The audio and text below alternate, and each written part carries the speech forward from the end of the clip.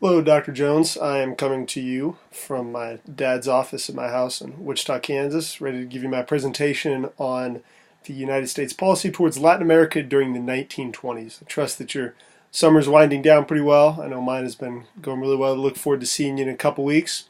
So, without further ado, my presentation. I don't know if you have my PowerPoint in front of you, but the picture that I have on the first slide is a mural of Uncle Sam, I presume somewhere in Latin America, of Uncle Sam getting punched. He's losing a tooth, and it says Fuera el Imperialismo, and that is Spanish for away with imperialism. And I think that is a pretty good summary for the United States policy towards Latin America during the 1920s, as I'll get into a little bit later in the presentation. So my thesis, right off the slide, is the 1920s were a crucial decade for U.S.-Latin America relations. They were a transition period from the interventionist policies of the early 20th century to the good neighbor approach that blossomed under the FDR administration. And what I really want to try and develop in this presentation is that I think, as I say in my thesis, that the 1920s are when we see some real significant change in United States foreign policy towards Latin America. The United States really takes a much more of a conciliatory tone, is not as, especially by the end of the 20s, because of some events that have gone on during the decade, the United States is much more open towards cooperation, I guess, with Latin America, much more open towards respect for territorial integrity, lack of intervention. And so if all goes according to plan, I'm going to lay out why I believe that here in this presentation. So starting off with a little bit of background about some events leading up towards the 1920s. I'm going to focus on the first couple decades of the 20th century, getting a little bit into the 19th century as well. And we start off with William McKinley, president during a huge period of United States expansion, some would say even imperialism. We see during McKinley in the late 19th century the Spanish-American War after the destruction of the battleship Maine under some very dubious, sketchy circumstances in the harbor in Havana.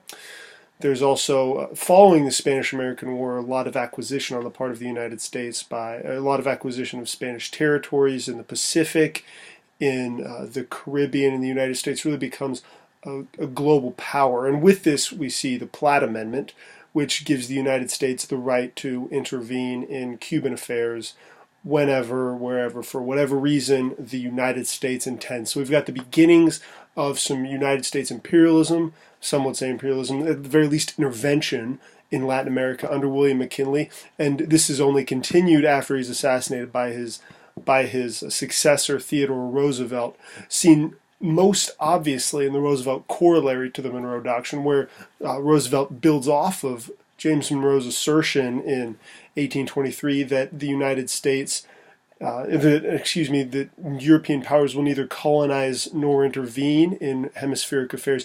TR really takes that doctrine and expands on it to say that not only can Europe not intervene, the United States has the right to intervene in other countries' affairs for whatever reasons it sees fit. And this comes out of a financial crisis on the part of specifically Venezuela and some concern that maybe European nations, namely Germany, would assert themselves a little bit more into Latin America.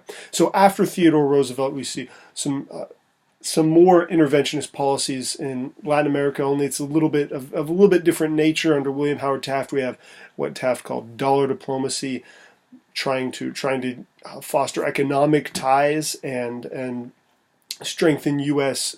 intervention, strengthen the U.S. position in the region, not militarily, but economically through the power of the U.S. dollar. After Taft comes Woodrow Wilson, and he is going to be our bridge into the 1920s. He was only president in the 20s for about a year and a quarter. But what his diplomacy and his foreign policy is built off of is moral diplomacy. He's very academic, former president of Princeton University, I believe, the only president to hold a PhD, and he comes into the Oval Office and he says, we're not going to be guided by naked self-interest here in the Wilson administration. We are going to work for the betterment of humankind and use United States power to advance moral interests throughout the globe, and everything is going to be perfect, and there's going to be sunshine and rainbows everywhere, and the world is going to be free of war, and lots of good things are going to happen. Well, spoiler alert, a lot of those don't happen, and it's very interesting, as I noted, a point Dr. Messer made in one of my weekly readings. Even though Wilson's foreign policy claimed to be guided by much more moral, much more upstanding sentiments, we still see just about as much intervention in Latin America under the Wilson administration as we do in administrations that came before him. And this is specifically seen in Mexico, because a big aspect of Wilson's foreign policy was he wanted governments, specifically in the Western Hemisphere, to be representative of the people they govern. And what he failed to take into account was the fact that it's all well and good for the United States to be guided by moral principles in our dealings, but a lot of times other nations will not be guided by these same moral principles. So Wilson butts heads with Mexican leader Victoriano Huerta. Huerta is a general that comes to power, and Wilson does not think he's representative of the people. So violating some core principles of Wilson's foreign policy, the President of the United States will send troops to Veracruz, which will end up forcing Huerta to leave office. The United States will also get entangled in Mexico under the Woodrow's administration through Pancho Villa, who is a Mexican, I guess, for lack of a better term, bandit who rode around southern part of the United States trying to stir up trouble, and is able to pull a decent number of U.S. forces into Mexico to try and capture him, albeit unsuccessfully. So up until and even into the beginning of the 1920s, we have a pretty steady habit of United States intervention in Latin America, whether it's to establish democracy, reinforce economic ties, get a canal built, take territory, whatever reason. There's a lot of United States intervention, and things are going to start to, throughout the 1920s, go in a little bit different direction by the time the decade is out.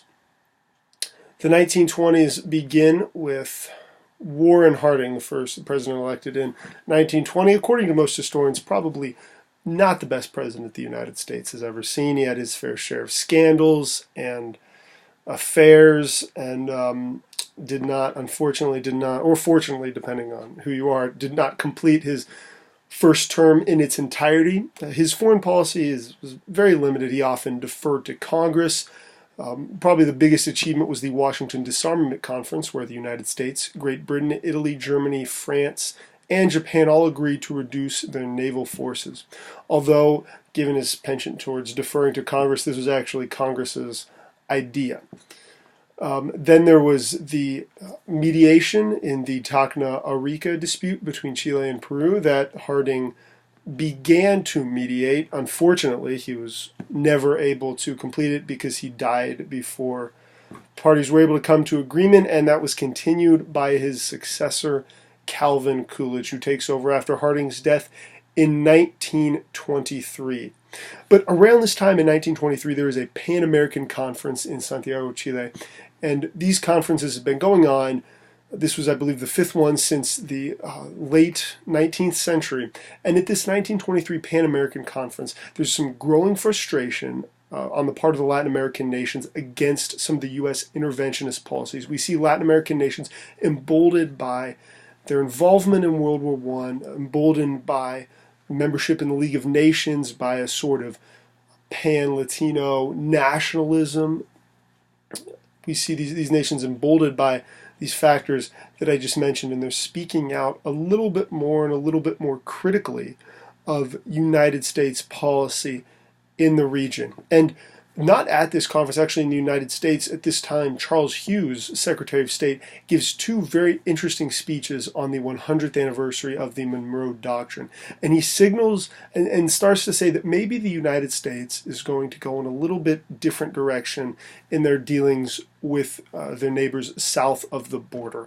He takes a much more conciliatory tone. He talks about respecting the territorial integrity of the Latin American republics. He also mentions that in the past it has appeared as though the the Monroe Doctrine is the thing that mediates all relations between the United States and Latin America. And the point that he makes is that we don't necessarily have to have a relationship between these two regions mediated solely by the Monroe Doctrine. So he signals a little bit of a different path that the United States could take in its relations with Latin America in these two speeches, again commemorating the 100th anniversary of the Monroe Doctrine.